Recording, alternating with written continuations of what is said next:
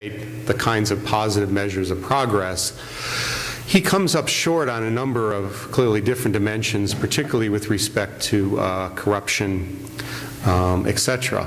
But and one might said the same thing for some of the various sectarian leaders in Iraq.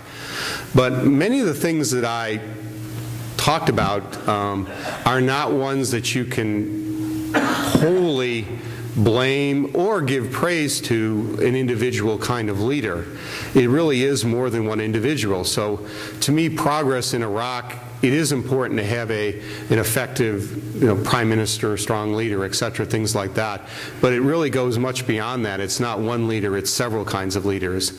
And when it's in Afghanistan, clearly President Karzai, the mayor of Kabul, occupies a central position.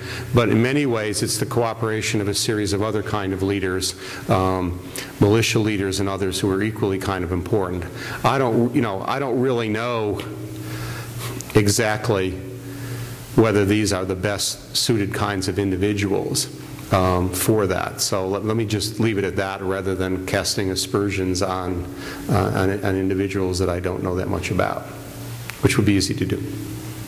Steve? I was curious as to your thoughts on whether U.S. peace-building efforts would be more widespread if the burden of the war efforts toward peace-building wasn't as emphasized as the peace-building efforts toward peace-building, and that the actual burden of the war efforts was more broadly shared within the United States rather than left to largely poor, rural guys who looked to the military and their families to support them, rather than, as we had seen in the Vietnam era, where the actual fighting burden, death burden, was more widespread.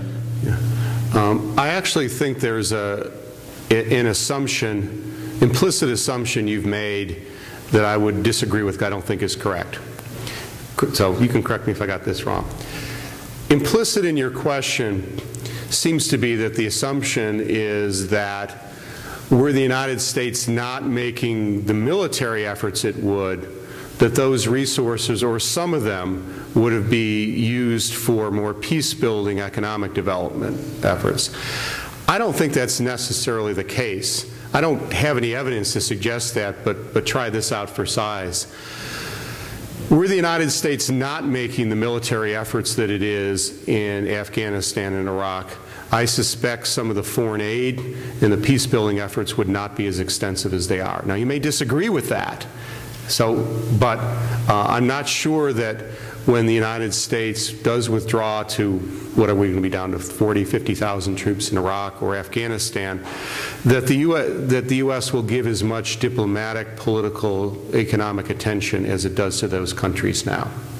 So you might be right if one took all the money that's being spent on the military in those operations and transferred them to peace-building. Almost by definition that would be the case. I just don't think that's likely to happen.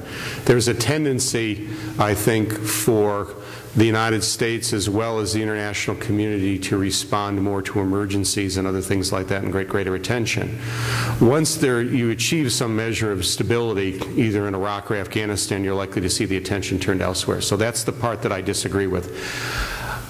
Strangely enough, I think the U.S. will make more peace-building efforts and spend more money on the economic and other development the longer they have troops there, for better or worse. You want to let Steve respond? But what about the burden being more widespread than just on one predominant class of individuals paying the ultimate price?